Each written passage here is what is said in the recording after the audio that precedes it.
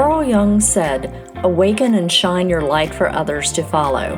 The privilege of a lifetime is to become who you truly are."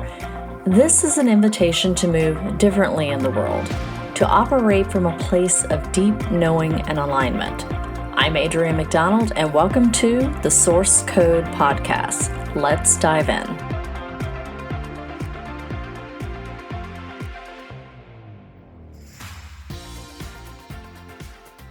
Hello, beautiful humans, and welcome back. Happy Friday. Grab a cozy beverage and let's get into it. We are in quite the moment, aren't we? And not just astrologically, although yes, that is definitely stirring the pot. But I feel like this is a moment in the collective where so many of us feel done. Like done with service level growth, done with endless cycles of self-improvement that lead nowhere, done with trying to logic our way to love or worth or wholeness. So today we are diving into a conversation that's been brewing in me for a little while. One that touches on the human design gate 42, which is our current sun transit in the gate system, and a little bit of a critique of the self-development industry's obsession with mindset. Now, this episode is a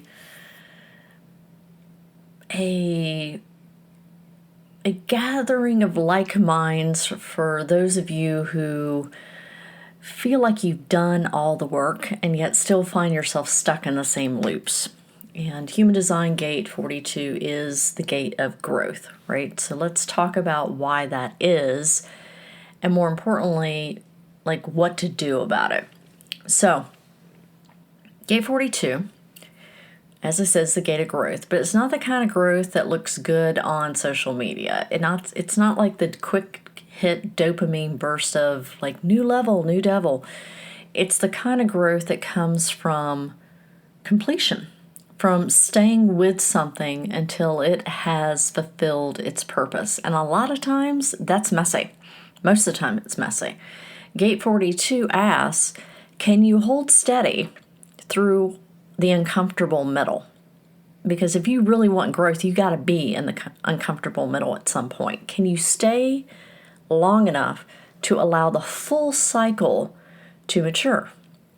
This lives in the sacral, so this is life force energy. It's creative, it's sustaining, it's really deeply embodied.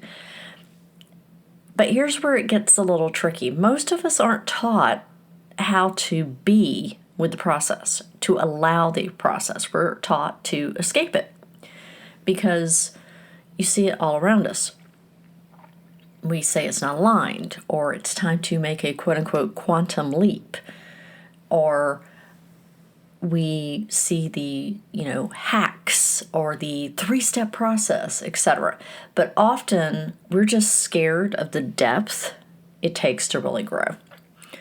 So if you're in a moment right now where something feels like it's ending, falling apart, or stretching you beyond what feels comfortable, Gate 42 is you're right there. You're right on time. Because growth doesn't always feel good. But it is always sacred. Right? So let's go there with mindset and why mindset isn't the whole story. Now, let's for full transparency here, this podcast used to be called The Mindset Strategist. If I had $1 for every time someone said, it's just your mindset, I could probably retire and move to Scotland permanently. And look, I'm not against mindset work. I believe in the power of clarity. I believe in choosing different thoughts, of noticing the inner dialogue and not let it drive you. But I've always seen mindset differently. That's one of the reasons why this podcast used to be called The Mindset Strategist.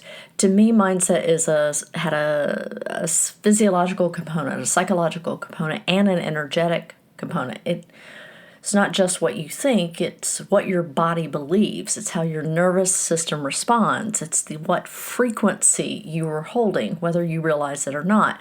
And I remember early in my journey, and I talked about this, how mindset lives in the whole system, not just the brain. And people would look at me as if I had 3 heads. They wanted affirmations, they wanted journaling prompts, which are all great. They wanted reframes. Those tools can be helpful, but they're not the whole story of transformation. They're maintenance, right? Or they're maybe like a pebble along the path. Because the truth is, your wholeness does not live between your two ears. You can think better thoughts all day long, but if your nervous system doesn't feel safe to receive or belong or be seen, those thoughts will not land. Oh, I found another limiting belief. Let me change it. Still not working? I must need a better reframe. Maybe if I say this affirmation 108 more times, I'll finally believe it. All of that, y'all, is just overthinking with better marketing. True transformation, the kind that you can feel in your bones, comes from an energetic shift. It is not just a new thought. And what I do love about human design is, and why it's become such a cornerstone of my work, is it's not about fixing yourself. It's about understanding how your energy naturally works. It's not a personality test. It's not a label. It's a map of your energetics, your decision-making, your timing, how you're designed to move through the world with more ease. And when I started applying my design, instead of overriding it with hustle or mindset hacks, things really shifted significantly, especially as I have moved into more of a spiritual state. I've gone deeper with it, and the more I realize the real shift isn't mental. It's the energetic new way of being. And my shamanic studies and practices have really brought that into a new level. Now, let's break down like a growth addiction versus embodied integration. So there is an addiction to growth. We're conditioned to believe that if we are not constantly, quote unquote, working on ourselves, that we're failing. I think it's Tony Robbins says, if you're not growing, you're dying. And there's kernels of truth in that. But what if the real medicine is integration? And you might hear Piper coughing a little bit in the background, so I apologize. But what if the real medicine is integration? What if the reason why things don't feel like they're landing is because we haven't had time to digest what we've already consumed?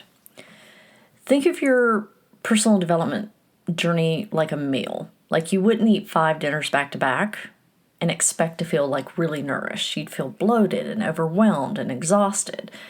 And that's what happens when we consume program after program, tool after tool without integration. And quite frankly, depending on what your design is, a lot of frustration because that program might not work for you.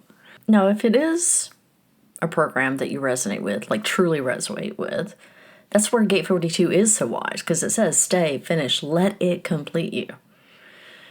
And there's nothing wrong with investing in yourself. I'm a big believer in investment in yourself, and I'm a big believer in tools and support. But if you're doing it from a place of something in me must still be broken, that's not growth. That's spiritual and anxiety in disguise. Now let's talk transits for a minute. Venus retrograde is nearly over. When this podcast drops on Friday, Venus will go station direct the Saturday later in the day. And she's been showing us all the places we have abandoned our values for acceptance or sacrificed joy for performance. Mercury just went direct, giving us back our voice after weeks of introspection and revision. And this Saturday's full moon in Libra, this is a real invitation.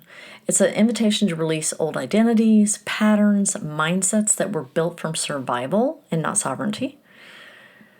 This weekend's full moon in Libra is more than like the lunar peak. It's a real recalibration, especially after all the shedding that has happened over the past month or so. Libra moons are always spotlighting relationships, but this one is really urging us to choose truth over performance, integrity over politeness. It's asking us to choose ourselves. It's showing us where we've kept the peace at the cost of our own inner balance. And layered into this moon is something even deeper, because Venus is stationing direct in a conjunction with Saturn, and that's no small thing. Venus is the planet of love and beauty and worth and desire, and it's linking up with Saturn, the archetype of structure and boundaries and long-term commitment. This is like a cosmic accountability setting, a moment where like dreamy reevaluations of the retrograde meet like grounded demand for embodiment. Like, are your values real? Are they your values? Are your relationships rooted in truth? Are you building something sustainable? Are you still feeding illusions? Are you still performing? And this is a moment to release what no longer resonates and anchor into something more honest, more lasting, more aligned with your true highest self. Now, Libra rules relationships, including your relationship with yourself. And this moon is saying, where are you pretending you're balanced when you're really just performing? You're allowed to let that old version die. You're allowed to complete the cycle. You're allowed not to drag the old version of yourself across the finish line again. You're allowed to grow in a way that's gentle and deep and slow. And you don't need a hack to get there. You need a shift. You don't need another mindset hack. You need a shift. So if you've been tired, feeling tired of the chase, if you're burned out from the hustle and 3-step programs, I want you to know there is another way. There's a slower way. There's a wiser way. A way that begins not necessarily with a better thought, but maybe taking a deeper breath. And the next level of your journey doesn't require you to figure it all out. It asks to feel it all in, like feel into it, to let your nervous system rest, to honor your pace, to trust your timing. Because when the shift happens, it won't necessarily be dramatic. It could be incredibly subtle. And you'll realize, wow, okay, this is what it means to really become it. Now, let's wrap it up with a few things for you to consider to carry into your week, and some questions to sit with. 3 points. Number 1, growth isn't about what you learn. It's about what you live through. 2, mindset without embodiment is just noise in your head. 3, you don't need another hack. You need a shift in frequency, energy, and trust. And 3 reflective questions that you can journal on. Number 1, where in my life am I chasing completion instead of allowing organic growth? Number 2, what does my body believe is true? And how does that differ from what I tell myself? Number 3, what would change if I trusted that I don't need to fix, only to integrate? Now, I hope that's helpful. Big things are on the horizon for us. If you've been here for a while, you are going to start noticing some changes unfolding soon. This space is evolving just like we are. And I'll share more in the coming episodes. But today, we're in this space where I'm telling you, you don't need another mindset hack. You need a shift. And that evolution is part of the reason why I'll be renaming this podcast again. I know, again. But you guys know me. I'm a line 3 and need to try things out. But the new podcast name will be The Frequency Labyrinth. And it's not just a new title. It's a reflection of a deeper journey that I've taken, that I'll be taking you along with. The frequency labyrinth is something I've been weaving for a while. It's more than just a report, a human design report. It's more than a course. It's an entire spiritual framework rooted in human design and planetary wisdom and shamanic principles. It's about moving information into initiation. And that is what I'm inviting you into now, helping you move from more of a mental concept to an embodied frequency, not to fix yourself, but to remember yourself, to develop that ironclad self-trust. This coming weekend is the completion of my over 3-year journey into becoming a shamanic practitioner, a Celtic shamanic practitioner. So things are moving and changing. If this episode resonated with you, send it to someone else who's in the messy metal and who's doing the work but is starting to realize that the work might need to look different now. And remember to find beauty every day and seek the magic in the mundane.